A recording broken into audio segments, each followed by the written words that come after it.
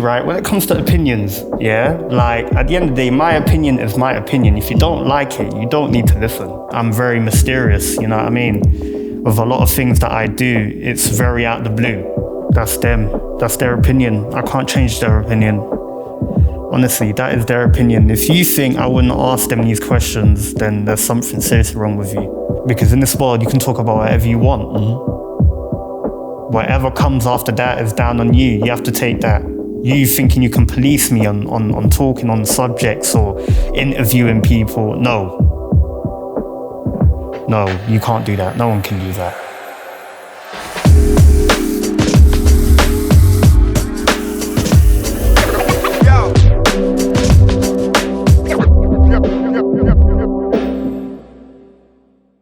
Past, Present, Future, episode 45, I was just saying, so it's our second masked interview, so a bit of a mysterious one. So we are here. This is a bit of an exclusive, to be fair. So we're here with the man himself as Mr. Harsh Reality, Nosis. So I want to get into it, and I've kind of got a rough structure, obviously go through the past, present, future journey, but it'd be great for you to kind of introduce yourself, I guess, for the people that maybe don't know the face, but know the name.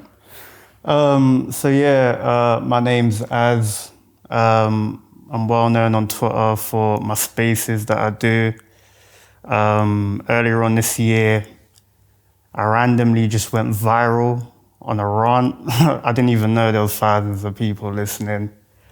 I look in the room and there's so many people in there, about maybe 5,000 people listening. And off of that, it's just been crazy, to be fair. I've been getting bigger and bigger month by month. A lot has happened off of that. A lot, which we're going to get into, but I wanted to start from the very beginning, and something that I've been doing recently, which I think sets the scene really well, is kind of doing my research and understanding what words I think determine and kind of explain you as a person. So it'd be interesting to get your thoughts on these, but what I've written down is controversial, antagonistic, opinionated, and to sum it up all in one word and to bring it together, I've written down Marmite. How accurate? You could say that. That's your opinion, so I can't knock that, you know. You could say that. I would say that as well, to be fair. So my question is, off the back of that, where do you think that those words or those characteristics stem from in your past journey? So if you know me, you know the type of character I am. I've got a lot of different personalities. So I've always been the guy that would crack jokes, that would be dissing someone's dissing me. We're going back and forth. If you know me, I've got a very funny personality, innit? So I've also got no fear. So I don't really shy away from giving off or letting someone know my opinion or my thoughts, what I think. I don't really shy away from that. So if I don't like something, I'll say it with chest. If I like it, I'll say it with chest. It's as simple as that. You know, I've always been the one to speak out. I'm an opinionated person, you know, and I don't really shy away from voicing what I think. Yeah, let's just say that. I've always been like that, to be fair. And you said you have no fear. And you said you have a strong opinion and you don't mind putting it out. So I guess what I'm wondering off the back of that, and for me, sitting there and hearing that, I can say I respect that highly. But some people won't like that. So what sorts of situations has that got you into in the past? Well, I haven't really ever had any mad encounters because of my opinion, but, you know, you are going to get people that, you know, they're not going to like your opinion. They're not going to like what you're saying. It might go left. That's how it goes, you know? Like, if it goes left, it goes left. You see me, right? When it comes to opinions, yeah? Like, at the end of the day, my opinion is my opinion. If you don't like it, you don't need to listen. If you don't like it, you don't ask me for my opinion. It's as simple as that. So, like, if someone wants to get butthurt and they want to take it there because I've said something that they don't like, do whatever you want. But how that turns out for you, that's on you, not on me. So, yeah, like, things do happen, you know. It's normal. A lot of people, they have opinions on things. You know, people ain't going to like it. And, you know, it could take things to another place where people don't want it to go, but that's life, you know what I mean? I'm prepared for anything that comes my way. So, in terms of my opinions, they're my opinions. No one could ever, you know, tell me to not voice my opinion because I'll carry on saying what I want to say. You know what I mean? I respect it. I wanted to understand a little bit about your upbringing. It will become clear in a few moments. So just to ask you, who did you grow up with? So I grew up with my mum and my dad, and my brother and my sisters. What was your relationships like in the family? Would you say they were strong? Good, yeah, strong, good family, like normal, good family, ain't had nothing crazy. Because a lot of people, they do this whole thing of, don't get me wrong, some of these people, they actually come from broken homes, they have tough upbringings. Don't get me wrong, like, my parents weren't rich, but there was always money and food on the table. You know what I mean? So, like, I came from Germany. I moved here when I was about, 7 years old. What was the transition like? It was a bit different at first, but to be honest, I learned the language very quickly. So I've settled quite quickly, to be fair. And because of my personality, I'm always trying to get to know people. When I was younger as well, I was kind of, I was always running around playing football, you know what I mean? So for me, I made a lot of friends quite easily. But Germany, it's quite different to the UK. Very different. But yeah, the transition was good. But in terms of my upbringing, my family, they're a good, normal family. Ain't had no hard struggles or anything. My mum, she worked really hard. And yeah. It's interesting you say about coming over and fitting in so easily. Because to be transparent with you, when I was trying to analyse the situation, I was looking at your qualities or your characteristics, and I was kind of thinking, to me, they scream out someone that didn't fit in and that wanted to make some noise so people would pay attention. It's funny you say that. I wouldn't really say that, to be fair, because... Do you know what I mean, though? When someone doesn't fit... I know what you're saying. But the reason why this all started, you need to remember, the reason why all of this started is because I randomly came home from work one day. I've thrown my phone on my bed, right? And these times I wasn't really active on Twitter. So I've gone and I've got a notification saying there's a Twitter space going on. I didn't even know what Twitter Spaces was. I don't think anyone did. Yeah, and I look at my phone, right? And it's saying non-league football. And I'm thinking, what the hell is this? And these times I weren't even active on Twitter. Like, before that day, if you would have asked me when was the last time you went on Twitter, I would have said maybe a year or two ago. So I've gone on there now and I'm listening. I've gone into the space of some new thing. It's like Clubhouse or whatever. I'm listening into what they're saying. And it's just what they were saying. That's what really triggered me. But the thing is, I wasn't even triggered. I just came on there and I said my opinion. They didn't like what I was saying and they gave me abuse. That's how all of let me go on a rant, let me go on a tangent, all of that. Like, that's how all of that kicked off. In terms of attention, all of this, I had no idea that all of this was going to happen. I'm not someone that wants to be in the limelight or media, no. Clearly. No, I don't. To be honest, even my face, people know who I am. I'll be revealing it soon as well. But in terms of this whole clout attention thing, I never ever sat here and thought, you know what, like, I'm pissed off. Let's talk about this. Let's get all this clout and attention. No, it's all happened authentic and organically. So, yeah. I know why a lot of people would say that, why is he always going on a rant? Why is he talking about so-and-so? Really and truly, if you really listen to what I say And what I talk about and why I talk the way I talk is because I'm literally just saying the truth. So I'm not really hating on someone unless someone has done something to me which has made me react like that. Because the whole storyline is on the internet. You'll see. I came on there on a nice, peaceful vibe, and they didn't like what I was saying. They thought they could do the whole, let's give him abuse. And I returned it, and it went viral, and, you know. So yeah, but I see why people would say that. One thing that was quite interesting actually at the beginning of that story, so you said about the very first thing, and your words were, it triggered me, so I went in, and then you triggered people. But before that, you said to me, if people get triggered, that's their problem.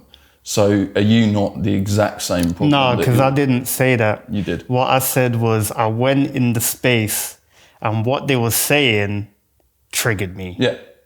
Yeah, but... Is that not the same as what you were saying triggering other people? Well, if I'm doing the same to other people, me personally, I wasn't triggered personally, but I was triggered in terms of how you can make these type of excuses for why you're not where you're at. Okay. It's not like I'm triggered like you hurt my feelings. Not like, no. No. Like when people are listening to me, they're triggered because, oh, you're hurting my feelings. But so when I'm listening to what they're saying, I'm triggered as for, how can you come and use that as an excuse to say you're at this position in your career, or this is the reason why you're not playing, or this is the reason why you're not getting game time, or you can't get a move. That's the reason why. I wasn't triggered personally as for like, oh, I don't like what you're saying. If you're talking about me, is it? No, because I wasn't even I quit football a long time ago. So whatever they're saying, I'm just a listener. I'm basically an outsider that used to be in their world, and I'm just listening into what they're saying. But so you used to be in their world. What standard did you play for? So I used to play for Aldershot. I got let go at 18. Then I started trialing with a lot of non-league teams. And then, I played non-league for about maybe 3 years. And then I started an apprenticeship. And obviously, because I'm African, in an African household, you know, your parents, they're going to remind you, like, you know, like if it's not paying your bills, you need to start thinking of doing things that are going to pay you, because you need to think about your life, you know. And I was doing my apprenticeship whilst playing non-league. And non-league, it's like you need to be fully committed, you know what I mean? But because of the job I was doing and the schedule I had with football, it just wasn't working out, to the point where I'm going training. Not even I'm going training, I can't make it for training sessions. I'm making it late to training sessions sometimes. I might have a game on a Tuesday somewhere on the other side of England, and then I've got work, you know, I've got to wear suit and tie to go to work the following morning at around like 8 o'clock. And it just wasn't working out. And I was at a point where I had to make a decision if it's either football or my career. And the money I was making from that apprenticeship was very good. So I was like, you know what? It's not even affecting my workplace. Let me just do this. And what was it you were doing? So I was a recruitment consultant for a big recruitment agency. You say was? You say was? Well, I was. I don't work there anymore. Why? It was about 5 years ago. So, you know, I'm working elsewhere now. But yeah, that job, I ended up finishing that that apprenticeship as well. But just at that moment of time, it was me staying and picking my job over semi-pro was it was a no-brainer. You know, I can understand that. One thing that I'm interested about, you said when the Twitter space thing, you went viral for the very first time. You said you were annoyed by people making excuses for not being able to play more, not being able to get off the bench, stuff like that. What sorts of excuses were you hearing? So, you know, I think the main excuse, because this happened so long, this happened maybe 9 months ago, but I think the main excuse that a lot of these players were using was, the manager is not playing me, he's not giving me enough game time, and I'm sick and tired of it, and something needs to be done about it. This is like my third team now that I've joined, and if the manager is not, or if the club ain't paying me the right amount of money, then I'm gonna go and leave. And I'm just listening to all this, and I'm like, I'll be honest, these excuses are BS excuses, right? If you're good enough, you would not be facing these issues. You'd be playing, you'd be on the team sheet. The manager would give you game time. So for you to come on Twitter every night and complain, saying, you're not getting the right amount of game time, the money, this and that, blah, blah, blah. Like, if you was good enough, you wouldn't be having these issues. And that was my main point. I agree with you, actually. And also, things like, a lot of these guys that are talking, some of them, they're playing at a very low non-league standard as well. Some of them, they're not even getting paid. You're not even getting paid and you're here complaining. Like, you should be happy that you're even at a club. And then there's some of them, they're playing for like 3-4 teams in a season. There was one particular person who played for 5 teams in a season. I hear what you're saying. I agree. That is not normal. So once I heard all of these excuses and stories, I was like, you know what, mate? I'll be honest. It's either you're not good enough, or there's something about you that each manager or every team you go to, they don't like, for the reason why you're facing these issues. I hear what you're saying. I agree with a lot of it, I'll be honest. The reason I wanted to ask that question, I was interested to understand if some of the excuses were work-related, as obviously that's what you were talking about with your journey in football. So that would have been an interesting parallel. But I want to talk to you, obviously, about harsh reality Nosis. Wait, just to let you know, the main reason why I quit was because my job. Yeah, as you've explained. Yeah. So, harsh reality Nosis. To me, having listened to the spaces, having done my analysis, the mission is not clear to me. What is the mission? So, people have given me a whole heap of names. They've said, he's a journalist, blah, blah, blah. Like, I'm pretty sure you need to do a degree to be a journalist. Okay. But in today's day, you've got people interviewing anyone. You don't need to go to university to be a journalist, you know what I mean? But they call themselves journalists. That whole name, I think it's been, what's the word? Oversaturated. Okay. To the point where anyone is just walking around and saying they're a journalist. Does that annoy you? No. It's just, there's a lot of people that they're not really journalists. They've just interviewed people and all of a sudden they claim they're journalists. I don't know, maybe because people are giving them that name now because that's what they're doing, because that's what people are doing with me. Yeah. You know, after, I think it was the Skepta interview, people are saying, he's a journalist, or as you're a journalist now, the blah, blah, blah, you need to now conduct yourself like this. And I'm just like, I'm just doing me. People are giving me all the, like, another, I think someone, I think it was Wiley called me DJ Academics. I'm pretty sure you know him. And he's like, he's like an online content creator, journalist type of guy who does a whole heap of research about you. And really and truly, I'm not that at all. Harsh reality Nosis is just me. It's just me doing whatever I feel like doing. Harsh reality Nosis is like it's like a radio show, you could say. Okay. A lot of people have said that. A lot of big people, I'm not going to mention their names, but they've even said that. People have come to me and they've said, your thing is very similar to OVO sound radio, but I add my own spin to it. Yeah.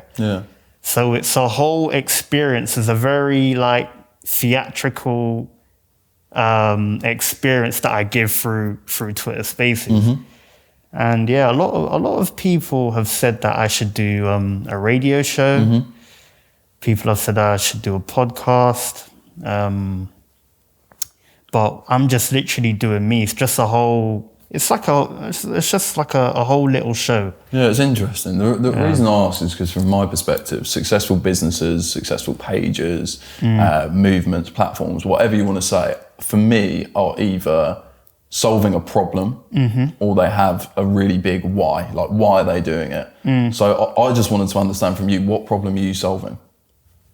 Well, problems that I'm solving. What problems am I solving? I don't know.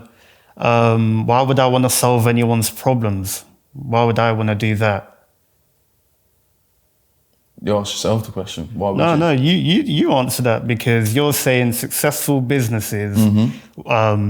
When you look at successful businesses, when you look at why they're successful, it's because they either solve people problem. They 99% of the time. Yeah, correct. So, but why would I, with what I'm doing, solve people's problems? Because people, they get a lot of enjoyment. I get a lot of messages. Not solving a problem? It is solving a problem, but in terms of what I do, my main aim is to not really solve anyone's problems, really. I'll be totally honest. It's not. If you have problems, you can listen to my spaces and you can enjoy yourself. If that solves your problem, then it's good for you. Cheers. But with what I'm doing, I'm not really here to solve anyone's problems. I'm just here to do me, really. I enjoy it. I find it fun, to be fair. Yeah, I find it fun. It's quite fun. First, I was doing it with one of my mates. He was coming on there. And when I just saw like the reaction of people and the tweets, when I saw I was getting trending #1 each time, and the way they would react and all these people tweeting and some of the things that they would tweet, I found it funny, you know. I found it quite fun. But if it solves people's problems, then good on you. But that's ideally, not your objective. Not really my objective, really. No. Well, I appreciate you being honest. That was just, I was genuinely intrigued to understand if there was kind of a sole focus, but it sounds like with what I do, Harsh Reality Nosis, it's a whole heap of things, and it's an umbrella, really and truly, with a whole heap of things that I do. So sooner or later, it's going to be very clear to what Harsh Reality Nosis is, what the objective and what the goals and what the purpose of Harsh Reality Nosis is. A lot of you're going to see it sooner or later, because you asking me that question, if I was to tell you right now, I'd be spilling all the beans, and I wouldn't really want to do that. Why wouldn't you want to do that? Because it's a surprise, and I'm very mysterious, you know what I mean? With a lot of things that I do, it's very out the blue. You know, I've been off Twitter Spaces for at least maybe a month now, maybe 3 weeks. I could come back tomorrow with a big interview. I don't know, Drake, anyone. Drake. You wouldn't know. You would never know. You would never know. How achievable do you think that is, you say Drake? How achievable? It is very achievable, but that's all I'm going to say. That's all I'm going to say. It's very achievable, just know that. Okay. A statement that you've already made in this interview was something going left. When I was looking on YouTube, it wasn't actually on your channel, just to say it's a channel called Skeen. I've never heard of it, but they've reposted a few of your things, the Alhan chat, the Big Zoo chat, the PK chat, and they were all captioned with, "It goes left." Why do things always go left? Because with me, I get into the nitty gritty. So I asked them questions that people are scared to ask them. And as I said, if all these people that you've mentioned were right here, I'll do the same. So because these questions are very uncomfortable for a lot of people to answer. And when you see a lot of these people, whenever they do interviews with people that they've got good relations with them, people that they can trust. Because they do that, they wouldn't want someone that they've never really met before asking them real questions that people actually want to know. Because if we was to really get into a lot of these people and the truth in terms of what they do, how they're doing, in terms of what they're trying to perceive, it's completely different. So that's the reason why it goes left. Because like even with PK, you mentioned PK, I got into the nitty gritty of his football career. And I got into him so hard to the point where he couldn't deflect, he couldn't avoid. We had to get down to the truth. And the thing is, because I'm a footballer, I know how it works.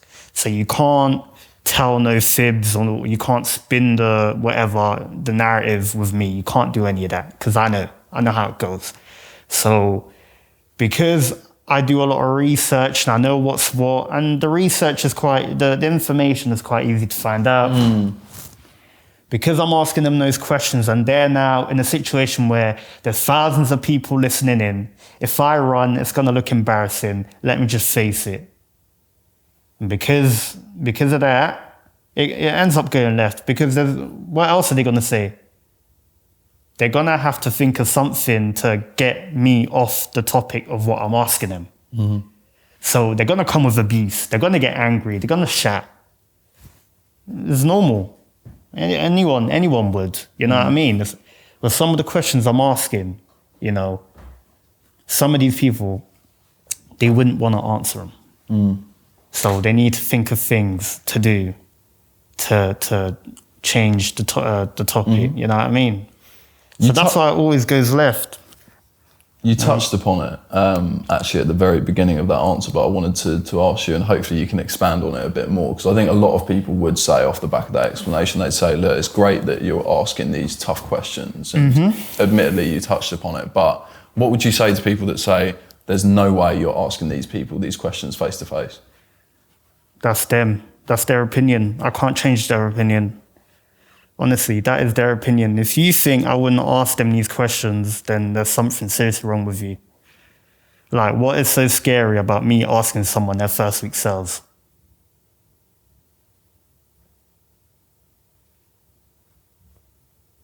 There's nothing scary about that. If someone wants to punch me in the face because I asked them how much do you sell first week, that is a you problem. It's just going to show, why would you want to punch me in the face because I asked you that? And even that, please do try to punch me. I'm not saying I'm invincible, but honestly, please do whatever you want to do, man. I think that's a really strong answer, by the way, so thank you for going into it. And it was just something that you mentioned at the beginning, so I wanted to give you the opportunity to get that out there a bit more. One thing to, I guess, stay on topic of going into things that potentially other people wouldn't, I had to ask you about the Octavian thing. So that was the thing that came out for me the most, as someone that, I'll be honest, wasn't listening to every single space, but every now and again I would tap in when I see something going off. I'll be honest, that was my biggest space, because that was recorded. I think after 2 weeks, it had about 80K, maybe even a bit lower. But I remember at the end of the month, because I remember when I first started spaces, they would only last for about 30 days and then the space would go. Before you go into it, can I just ask you, what were you thinking when you wanted to set that up? Like, what was the objective? Why did you want to do it? So the main reason why, because I was reaching out to a lot of artists then, and with what I created, I was like, you know what? Like, Az, you've kind of got like a platform, an audience here now. So with this, you could use this and you could create something for yourself. So I remember what I was doing. I remember that day, that same day, I had a friend that called me and he said, Wiley is doing a Twitter space. And I was like, oh, really? And he's like, yeah, go in there and talk to him. Like, maybe you could get him on your space. 'Cause obviously, you know, a lot of people tune in. And I was like, oh, okay, cool. I remember I tuned in. Can't remember what they was talking about. Probably grime. I was in there. I think some of the people that was in there probably knew who I was already. So I just went in there and I joined the discussion. I remember it ended up being about black people and all of that. And then I remember I asked him if he wants to come on my space. I do spaces and I talk about topics, blah, blah, blah. It would be great if I could have you on there so I could interview you. And then he was like, yeah, I think the recording is even on there on the internet. He was like, yeah, I'm more than happy to come on. When, what time? And I was like, later on today, I think 10 o'clock. And he was like, cool, you know what? We'll come back 10 o'clock and I'll come back on your space and we'll chop it up. And I was like, all right, cool. He was in Dubai. So then I thought, you know what? Obviously looking at the whole Wiley situation, how they basically, you know, let me reach out to other artists as well, and then let the whole topic of conversation be about what it's like when you're going through all of that. Like, you know, when you're getting cancelled, you know what I mean? Or when you're getting blackballed and, you know, and then also delve into why he got cancelled and if he really meant it and all of that. I just, that was the main type of angle that I was going to come with. So then I started reaching out. Not even that. I just started thinking, shouldn't I add maybe other people on there as well? So then I thought, let me reach out to other people. And then randomly, I see an Octavian tweet. So once I've seen that, I was like, let me DM him.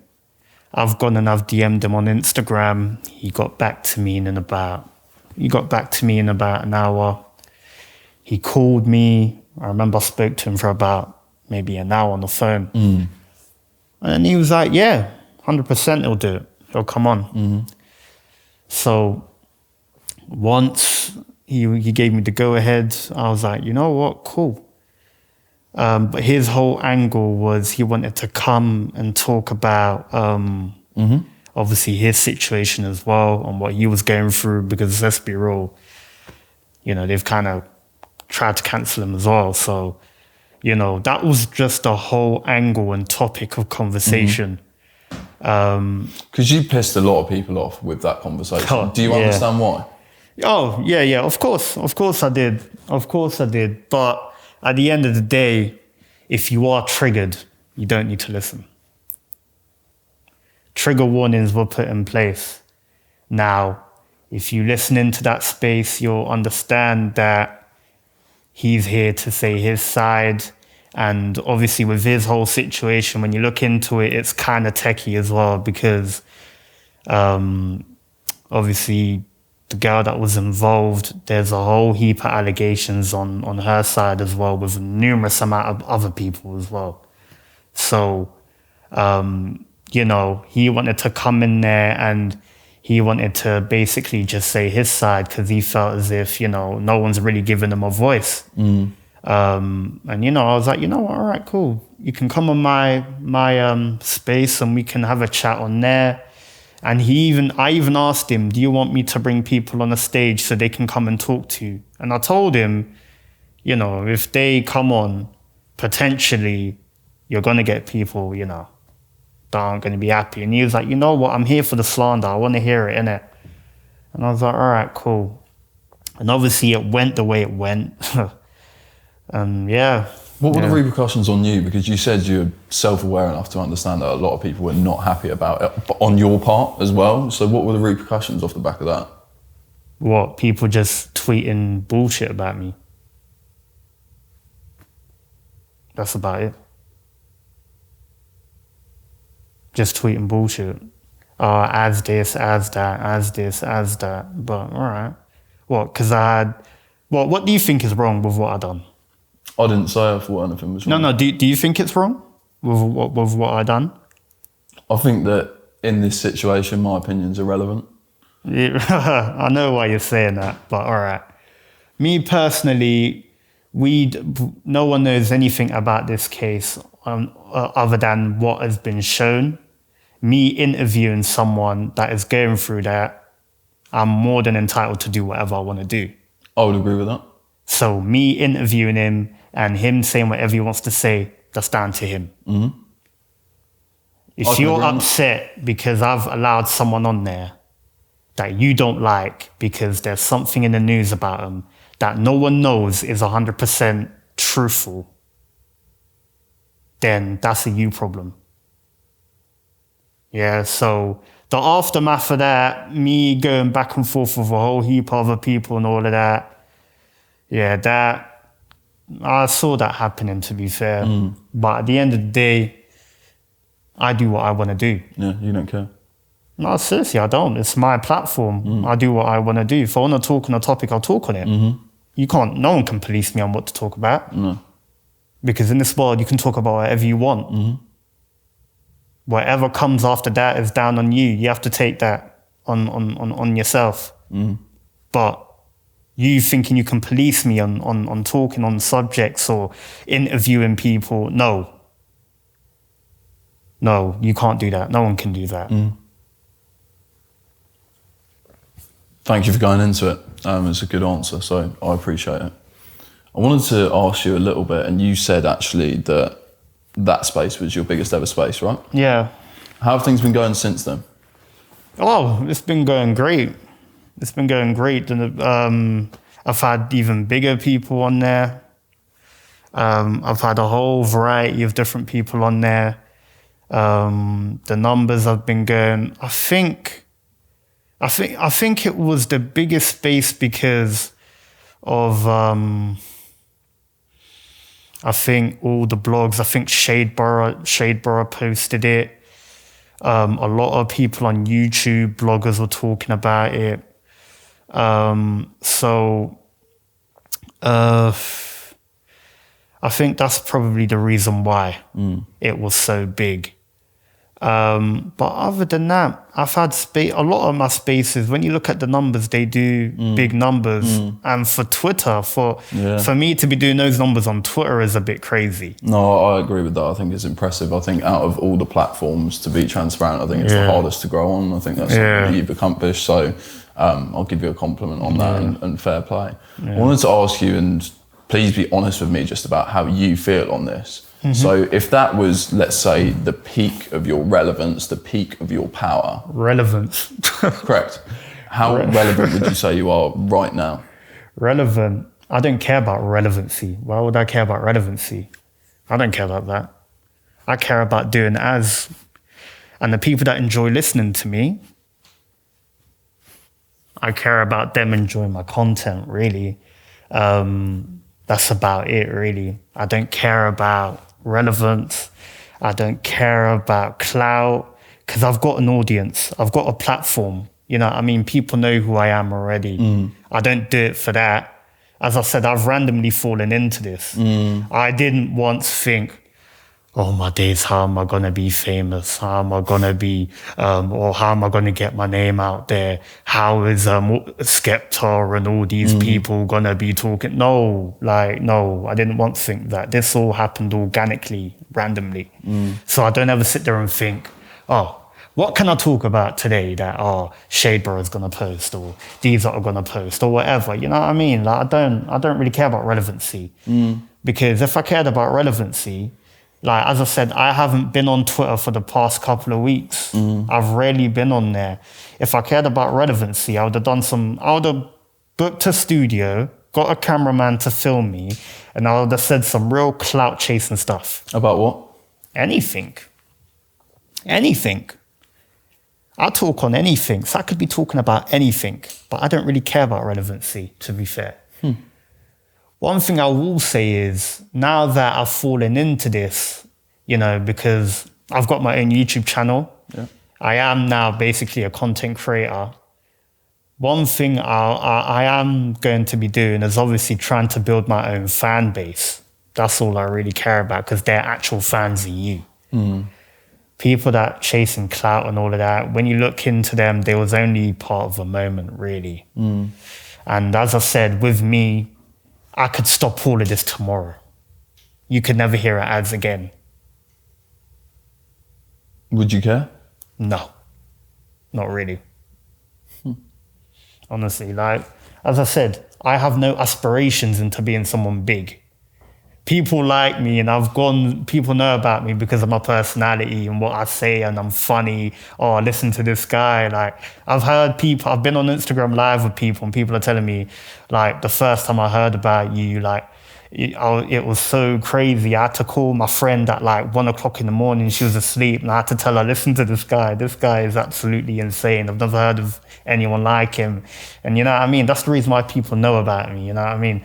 Like, other than that, I couldn't care really. You know, like, as I said, I could be gone tomorrow. I could stop all of this tomorrow. And I've made it very clear on my platform. This is not something that, you know, it's a dream. You know what I mean? Do you think if you did stop tomorrow, do you think the industry would miss you? Do you think you'd leave a void? No. I'm not part of the industry. So why would they miss me?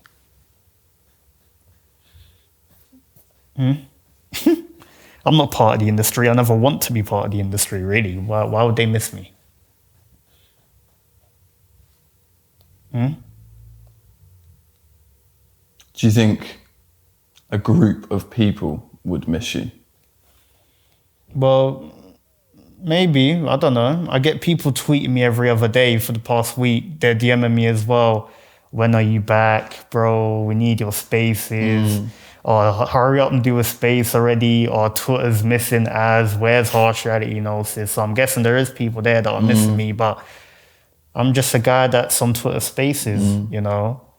Yeah, it's blown up and a lot, you know, it's kind of gone a bit big. A lot of bloggers and people are talking, but, you know. How much money have you made off of it? Oh, that. To be honest, when I first started, because I was doing it for fun, I never really looked at it in terms of business. I remember the first 3 months I made about, how much did I make? I think 49 pounds. Yeah. And I was literally off of people DMing me and saying, can you play my tune? Because what I would do is I would play music for like an hour. So that's where people get the radio station element. Yeah. And I would literally get 1,000 people listening to me playing music off of YouTube for an hour. And people DM me saying, oh, ads, like, can you play my song? And I'll charge them £70. I'll be like, yeah, pay me £70. I'll play it. I'll play your tune. So yeah, I'd get people DMing me. Sometimes people DM me and they'll be like, oh yeah, can you play my tune? And I'd be like, yeah, pay. And then they'll just stop, like, you know, messaging back. And I found that quite funny. But yeah, I think I made about £249. But then when I started going into meetings and businesses and companies was inviting me over and we're talking about plans and they want to do this with me, they want to do that. And then I'm actually seeing money being put on the table, not physical money, but sure, offers. Like offers and stuff being put on the table. That's when I was like, wow, like I'm actually doing this off of Twitter. What sorts of sums of money are we talking? I can't talk on that, but it's decent amount of money. Decent amount of money. I'm not going to say any figures, but people that know, because in some of these meetings I've gone with people, yeah, they know, innit? In terms of business, I'm not really going to put that out in the air. No, fair enough. But, yeah. Maybe you can answer this for me. I think this is a fair enough question to ask without giving away too much. Are they serious enough for you to consider pursuing Twitter as a job? Not Twitter, because whenever we've spoken with companies about coming together and doing things, it's something that it's long-term based. Yep. And long-term, no one is going to be staying on Twitter. You know what I mean? So when we're talking about the plans and things that we're doing, it's things that it's visual things that's going to be on TV. There's gonna be things up for you to see, you know, like on YouTube, content, real content, you know. So when they're talking to me and the people I'm with, when we're going to these meetings, it's never really based on Twitter Spaces. I think what Twitter Spaces has done for me is it's given my personality a platform. Understand. And people have seen that and they're thinking, The bigger picture. we can do so and so and so. Yeah. You know what I mean? So those are the conversations that we're having. I've had people come to me and they're like, you know, can we pay for you to do a space on this and on that? And a lot of the time, because I'm kind of really trying to chase the bag, I give them the money and they're, you know, I give them the price and they're saying, you know, So in terms of collaborating and making money off Twitter Spaces and all of that, I'm done with that. I'm really trying to check I'm trying to get the big bags now. Yeah. Talking about the big bags, but earlier you said ultimately you have no aspirations, but what do you want to accomplish in the future? And you're saying you're chasing the big bag. What do you want to do? So when I say I'm chasing the big bags, that's for if people want to collaborate with me, it's something that has to be big. So it's not like, oh, my dreams and aspirations is for this and that to happen. Everyone wants to be rich. You know what I mean? So if I'm doing something... Do you think that's factual? You think everyone wants to be rich? You don't want to be broke. You know what I mean? You don't want to be broke. So, you know, in terms of if I'm doing something, if I'm doing it, I would want the big bag.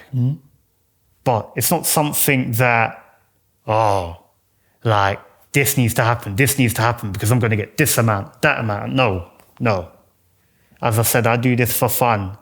But if money is being involved and business comes in and it comes my way, there's a certain amount that I'd be looking for and I'm not looking for any less. But if it don't happen, then it don't happen. You know what I mean? As I said, we don't even know if ads is going to be around next week. We don't know. We don't know if ads is going to be around tomorrow. We don't know if ads is going to be around next year.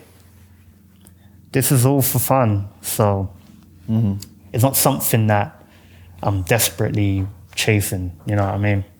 So essentially what you're saying is when the fun stops, stop. Well, whenever I feel like it. If I don't want to do it anymore, then I don't want to do it anymore. I find it fun. That's the reason why I do it. And it's, you know, it's working out quite well, to be fair. But if I want to stop doing it, you know, I carry on with my life. Outside of this, I enjoy my life. I've got a nice, normal life. This is just something I do on the internet.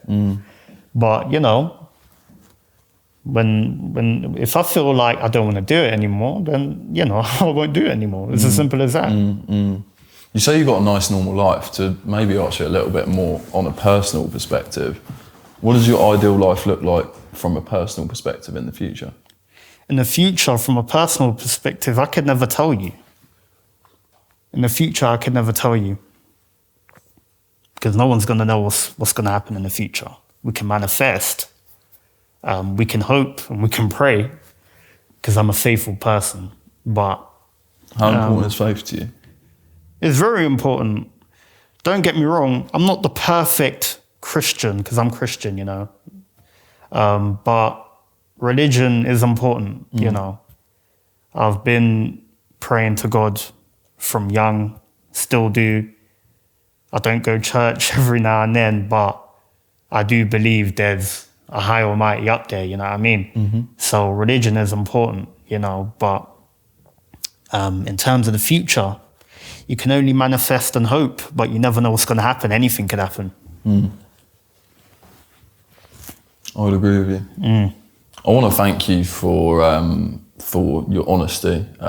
So, I mean, just to be transparent with you, I think you've been transparent with me. There are things that I guess along the journey that maybe I'm not 100% on board with, but there are things that I am. But in the same vein, what I can respect you for is that you're open about your opinion. You say it, like you said, with chest, and you don't care about the repercussions. So I think that regardless of what anyone thinks of you, I never said I don't care. I said I'm willing to face the repercussions.